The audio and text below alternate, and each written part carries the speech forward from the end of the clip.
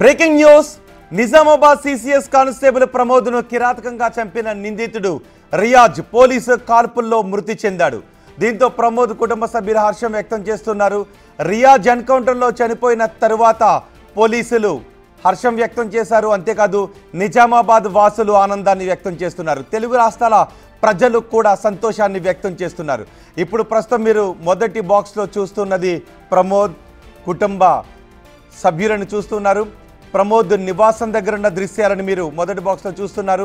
Pramod police కాల్పులో చనిపోయాడు. దీంతో ప్రమోద్ కుటుంబ సభ్యులు హర్షం వ్యక్తం చేస్తున్నారు. తనకు జరిగిన అన్యాయం మరెవరికి జరగొద్దు అంటున్నారు ప్రమోద్ కుటుంబ సభ్యులు. తమకు న్యాయం చేసిన పోలీస్ శాఖకు ధన్యవాదాలు చెబుతున్నారు ప్రమోద్ కుటుంబ సభ్యులు. ప్రమోద్ రియాజ్ కత్తిపోట్లతో చనిపోవడంతో మొత్తం ఒక్కసారిగా సంచలనం అయింది. ఒక్కసారిగా పోలీసులు కూడా ఉలిక్కిపడ్డారు. తమ సహచర పోలీసుని కోల్పోయిన బాధ పోలీసులను వెంటాడింది. విధి నిర్వహణలో ప్రమోద్ చనిపోవడంతో మొత్తం తెలుగు వారందరూ కూడా బాధపడ్డారు. పోలీసులు అంత్యక్రియల్లో పాల్గొన్నప్పటి దృశ్యాలు, ప్రమోద్ పార్థివ దేహాన్ని పోలీసు ఉన్నతాధికారులు తమ భుజాలపైన కన్నీటి పర్యంతమవుతూ తీసుకువెళ్తున్న దృశ్యాలు మీరు బిగ్ టీవీ స్క్రీన్ పైన చూస్తున్నారు. ఆ దృశ్యాలు చూస్తున్న తర్వాత ఒకసారిగా తెలుగు రాష్ట్ర ప్రజలు కూడా ఉడికిపోయారు. రియాజ్ను ఎలాగైనా పట్టుకోవాలి అని, రియాజ్కు చట్టపరంగా తగిన బుద్ధి చెప్పాలి అని.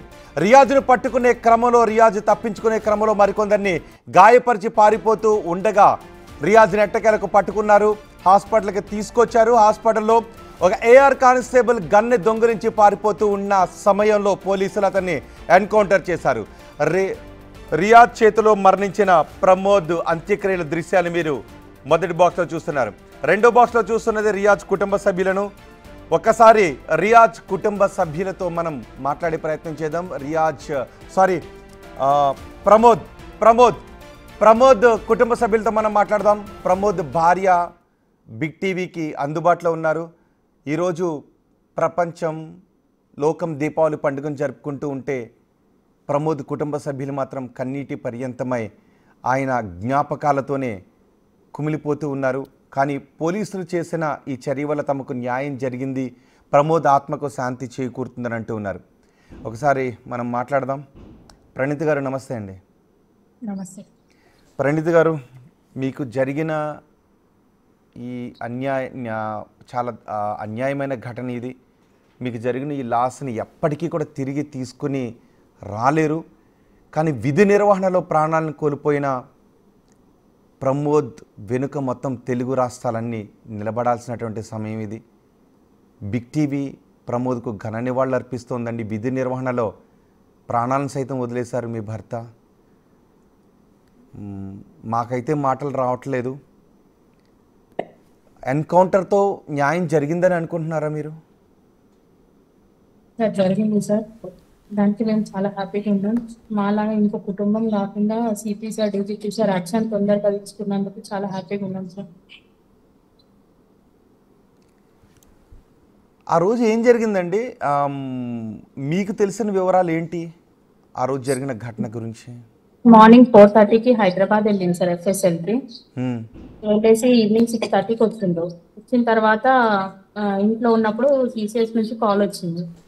కాల్ రాగానే నాకు ఒక 10 minutesలో నేను వచ్చేస్తా అని చెప్పేసి వెళ్ళిండ్రు. ఎన్ని గంటలకు వెళ్ళారు? 7 అయింది సార్. 7:30 అయింది. ఈవినింగ్ 7కి. అవును సార్. ఓకే. ఇలా జరిగింది అని మీకు ఎన్ని గంటలకు తెలిసింది? 8:30కి మా బావ కాల్ చేసారు సార్. మా బావకి అక్కడ ఉన్న కానిస్టేబుల్స్ కాల్ చేస్తే మా బావ మాకు కాల్ చేశాను సార్. మేము గవర్నమెంట్ హాస్పిటల్కి వెళ్ళేసరికి ఆయన చనిపోయి ఉన్నారు సార్. తలుచుకుంటే మాకే చాలా బాధగా ఉంది. పండుగ రోజు కుటుంబ సభ్యులతో కలిసి ఉండాల్సినటువంటి ఈ సమయంలో అలా జరగటం అత్యంత బాధాకరమైన ఘటన. సో ఏమని తెలిసింది మీకు? అంటే కూడా ఇంకెవరు వెళ్ళారు? ప్రమోద్ కూడా, ఆయన మేనల్లుడు కూడా ఎవరో వెళ్ళారు అని అన్నారు. అసలు యాక్చువల్గా ఇంట్లో హాస్పిటల్కి వెళ్తున్నామని బయటకు వెళ్ళి బావ వాళ్ళ హాస్పిటల్లో ఉంది. దానికి వెళ్తున్నాం అనేసి వెళ్ళింది సార్. మధ్యలో కాల్ వచ్చింది. ఇంట్లో కాల్ వస్తే నేను వస్తానని చెప్పిండ్రు. మళ్ళీ మధ్యలో కాల్ వస్తే అటు వెళ్ళిందంట. మా అల్లుడితో పాటు వెళ్ళింది.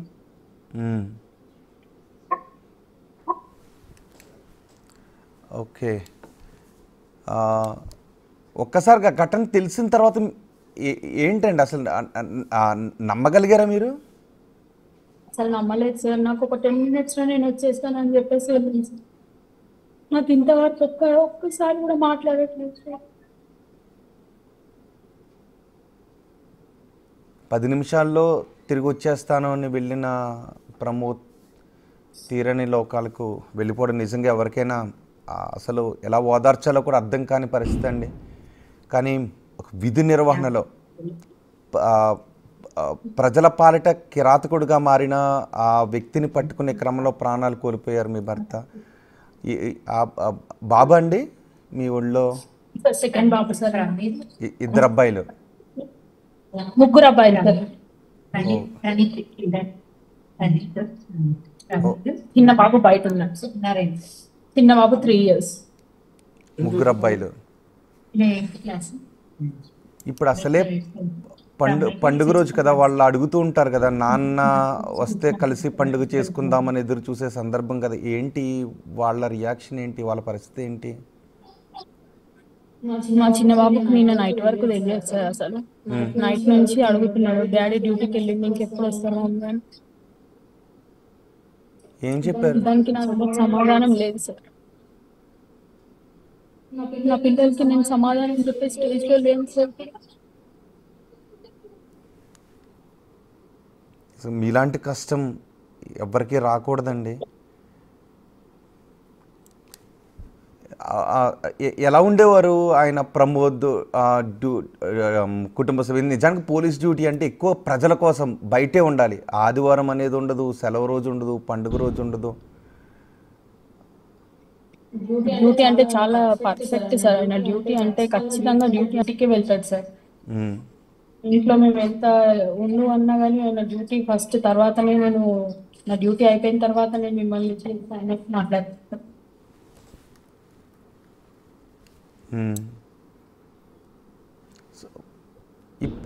ఇప్పుడు పిల్లలకి తెలిసిందండి పిల్లలకి ఇది? ఎందుకంటే తెలిసి తెలియని ఏజ్ కదా అది. మరణం అంటే ఏంటి, జన్మం అంటే ఏంటి, ఇవంటే ఏంటి, అసలు పిల్లలకి ఎలా చెప్పారు?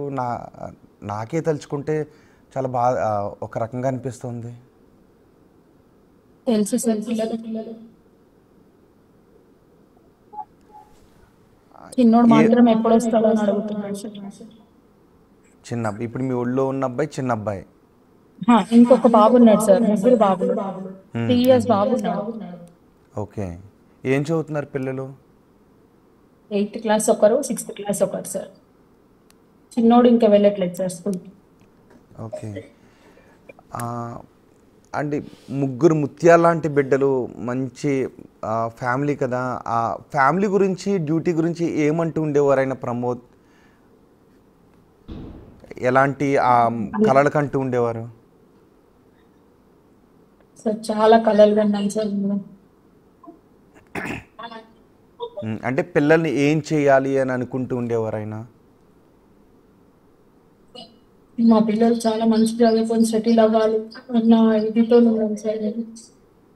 కానీ మమ్మల్ని మధ్యలో ఇట్లా వదిలేసి వెళ్ళిపోతారని అనుకోలేదు సార్. అంటే ముగ్గురు పిల్లల్ని వాళ్ళ భవిష్యత్తుని ఎలా ఎటువైపు నడిపించాలని వాళ్ళ గురించి కలలు కంటూ ఉండేవాడు ఆయన? వాళ్ళు ఏది చదువుకుంటే అది చదివిస్తా అన్నట్టే ఉంటారు సార్. అసలు పిల్లల్ని ఒక్క మాట కూడా అన్నారు. వాళ్ళు ఎట్లా అంటే అట్లనే. నేను చాలా అల్లారు ముద్దుగా పెంచుకుంటున్నాను సార్ మా పిల్లల్ని. పిల్లల్లో వాళ్ళ ఫాదర్తో బాగా అటాచ్మెంట్ అండి? చాలా అటాచ్మెంట్ సార్ పెద్దోడికి. డ్యూటీకి ఎన్ని గంటలకు వెళ్తుంటారు? మార్నింగ్, ఈవినింగ్ ఎన్ని గంటలకు వస్తుంటారు? 10:30కి వెళ్తారు సార్. 10:30కి వెళ్ళి ఒకవేళ మధ్యలో రిలీఫ్ ఉంటే వస్తారు. అంటే ఏమి వర్క్ లేకపోతే వస్తారు, లేకపోతే నైట్ వస్తారు సార్. ఎప్పుడు ఏ టైంలో కాల్ వస్తే ఆ టైంలో వెళ్ళిపోతారు. టైమింగ్స్ ఏమి ఉండవు సార్.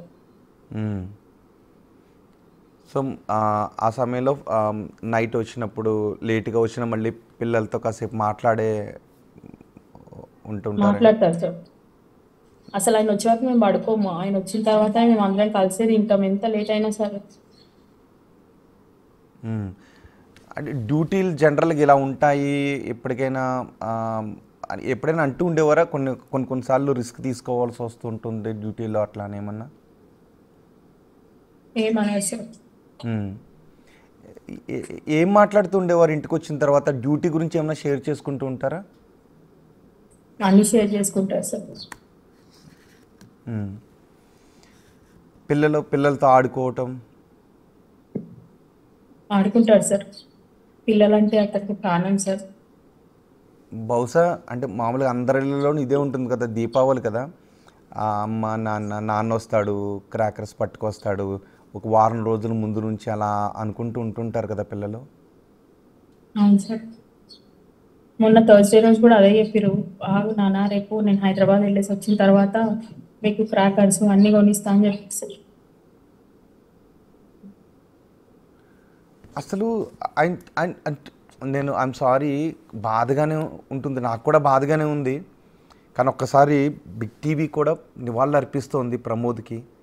డ్యూటీలో ప్రాణాలు కోల్పోయినందుకు బిగ్ టీవీ కూడా సాల్యూట్ చేస్తోంది ప్రమోద్ గారు. ప్రమోద్ ఆత్మక శాంతి చేకూరాలి అని బిగ్ టీవీ కూడా ప్రార్థిస్తోంది. కానీ మొత్తం తెలుగు రాష్ట్రాల ప్రజలు ప్రమోద్ కుటుంబం వెనుక ఉండాల్సిన సమయం ఇది. ఆన్ డ్యూటీలో ఒక కరుడుగట్టిన నేరస్తుని పట్టుకుంటున్న క్రమంలో ఆ నేరస్తుడు గుండెల్లో దించిన ఆ కత్తిపోటుకి బలైపోయారు. ప్రజల కోసం ప్రాణాలు వదిలేశాడు ఆయన ప్రమోద్. ప్రణీత్ గారు, ఆయన 10 నిమిషాల్లో తిరిగి వస్తాను అని వెళ్ళిన ఆ మనిషిని మీరు అలా చూసినప్పుడు ఏమనిపించింది? అసలు మీ కాళ్ళ కింద భూమి కదిలిపోయినట్టు అనిపించిందా? అనిపించింది సార్. ఆయనకి ఏంటి ఆయనకి ఇప్పుడు మీ ఒక్కసారి ఇది అంతా జరిగిందంతా కలగా మారిపోతే బాగుంది అనిపిస్తుంది కదా? చాలా సార్. ఆయనకి డ్యూటీ అంటే ఎంత ఇష్టం అండి ఆయనకి? డ్యూటీ అంటే చాలా ఇష్టం సార్ ఆయనకి. ఈ ఘటన జరిగినప్పుడు ఉన్న సిచ్యువేషన్ గురించి మీకు ఏం చెప్పారు? ఆ రోజు ముగ్గురు ఉన్నారంట కదా బండి మీద, వెనక మీ బంధువులు ఎవరో ఉన్నారంట కదా? మా అల్లుడు ఉన్నాడు సార్. అతను ఏం చెప్తున్నాడు, అసలు ఏం జరిగిందని ఆ సిచ్యువేషన్లో? అతను షాక్లో ఉన్నాడు సార్, అతను ఏం చెప్పట్లేదు.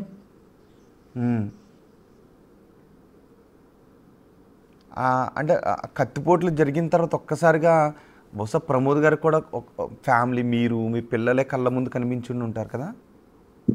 అవును సార్. ఆ సమయంలో ఆయన ఏమన్నా మాట్లాడారని ఏమన్నా అన్నాడా మీ అల్లుడు? అంటే ఖచ్చితంగా ఆ సమయంలో పిల్లలే గుర్తొస్తారు. అసలు ఏం చెప్పలేదంట సార్.